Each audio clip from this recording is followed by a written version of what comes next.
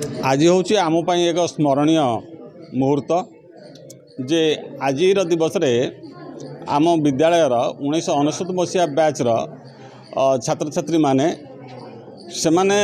गोटे बंधु मिलन आयोजन करते आमर जो पुरातन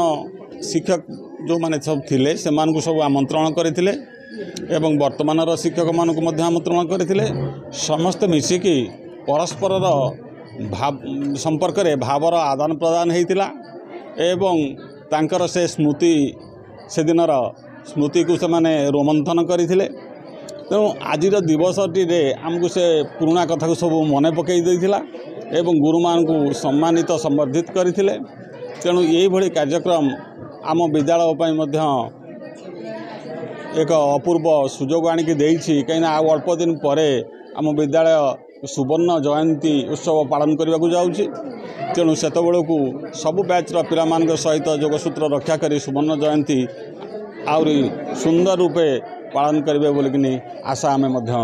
रखीचु।